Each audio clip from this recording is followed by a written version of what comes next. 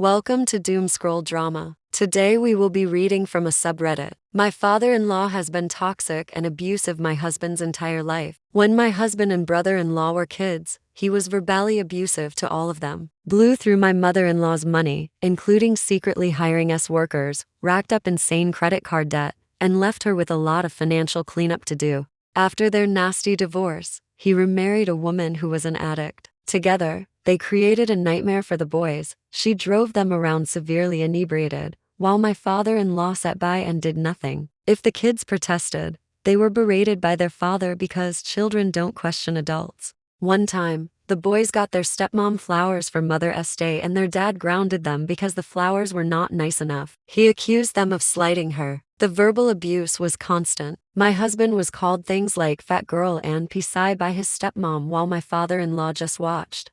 Eventually, at age 12, my husband begged his mom to fight for full custody because he couldn't take the intoxicated chaos anymore. His mom won, but then his dad and stepmom tried to kidnap him, stalked and harassed his mom, and even called her workplace chanting homophobic slurs. His mom was dating a woman at the time. A restraining order had to be filed. My father-in-law even wrote letters to my husband saying he was just a spoiled trust fund kid. There is quite a bit of wealth on my mother-in-law's side of the family and not part of the family anymore. As adults, my husband tried to keep things cordial but distant since his dad moved across the country. But when we visited before our wedding, the old patterns came back instantly. They constantly trash-talked his mom, made jabs about money, and played the victims about being poor even though they're solidly middle class. At our wedding, we treated them generously, even paid for their hotel. In return, they threw a poor man's wedding celebration for us a year later, which turned into one of the most humiliating weekends of my life. They pocketed the money we gave them for catering and instead made us cook from scratch for over 60 people, scrubbed down a community center late into the night,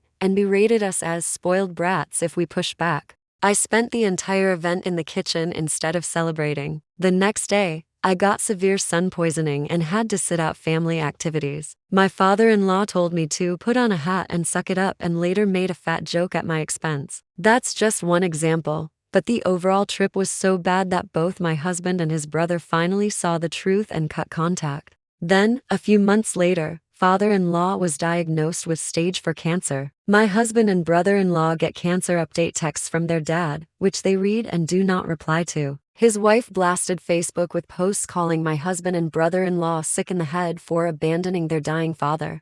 Hashtagging follow the money. The smear campaign worked. People pitied them, but it was all manipulation. Now I'm 9 months pregnant, and they have no idea. My husband has held strong on no contact. So have I. We know at some point they'll find out through extended family or social media. They are blocked, but they could easily find out from another family member and we are deliberately not telling them. Yes, on paper it looks heartless. A dying man has a grandson he may never know about. But this isn't about one diagnosis. It's decades of abuse, neglect, manipulation, and cruelty. Cancer didn't erase that. We don't want these people anywhere near our son. They never let go of the divorce or custody battle, and they would find a way to try to guilt trip and torment us if we ever let them back into our lives. What do you think? Is OP the A for not telling her dying father-in-law about her pregnancy?